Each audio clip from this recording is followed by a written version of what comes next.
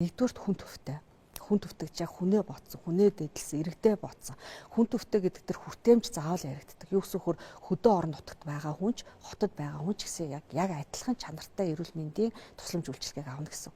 Хоёрдугаарт одоо нийгэм эдийн засгийн хувьд те хотын захад байна уу, хотын төвд байна уу те одоо энгийнээр хэлвэл их баян орлого сайтай эдийн засгийн хувьд одоо те эрх чөлөөтэй юм хүмүүс эсвэл одоо харьцангуй одоо юу гэдэг нь эмзэг бүлгийнхэн маань ч гэсэн яг эмнэлгээр эрүүл мэндийн байгууллагууд адилхан эрүүл мэндийн тусламж үйлчилгээг авах тэ эн чинь бас хүртээмжийн асуудал мөн бүлэг одоо хүүхэдч бай тэ жирэмсэн эхчүүд группт байгаа хүмүүс бай тэ эсвэл харахаг удаан өвчтөй авсан хүмүүс бай эдгээр бүлэг хүмүүсээс үл хамааран бас л яг адилхан эрүүл мэндийн тусламж үйлчилгээг авах тэр нь хүнээ дээдлсэн хүнийхээ эрхийг ботсон хүнээ тойрсон ийм эмчилгээ.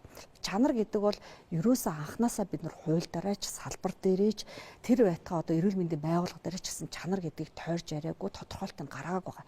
Тэгэхээр энэ чанар гэдэг нь юу юм бэ? Энийг яаж хэмжих юм бэ? Яаж ард иргэд энэ дээрээ дүгнэлт өгөх юм бэ?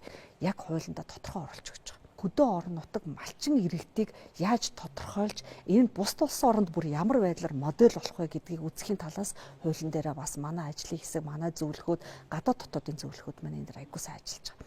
За тэгээд хариуцлагын тогтолцоог заавал ярих хэрэгтэй. Хариу үйлдэл үзүүлэх тухай энд бол заавал оруулж байгаа. Тэгэхээр жишээлбэл зур наад захын хамгийн экстрим жишээ аваад үзээ л та.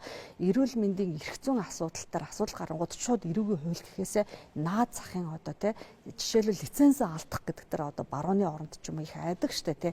Энэ дээр одоо яаж юм хариу үйлдэл үзүүлэх хэвтэй те. Яаж хариуцлагын тогтолцоо сайн болох нэгэнгүү бүр сайн суйрлуулж өгч байгаа. Энэ нь манай хуулийн одоо том гой одоо юу гэдгийг зургаараа харсан юм ажил болох баг. Эрүүл мэнд юу сайжирж гин үгүй гэдгийг бид нар хүн болгонд өгнөх боломжтой байдаг. Заавал энийг бол бодлого юм уу тогтолцооны судлаач авах албагүй.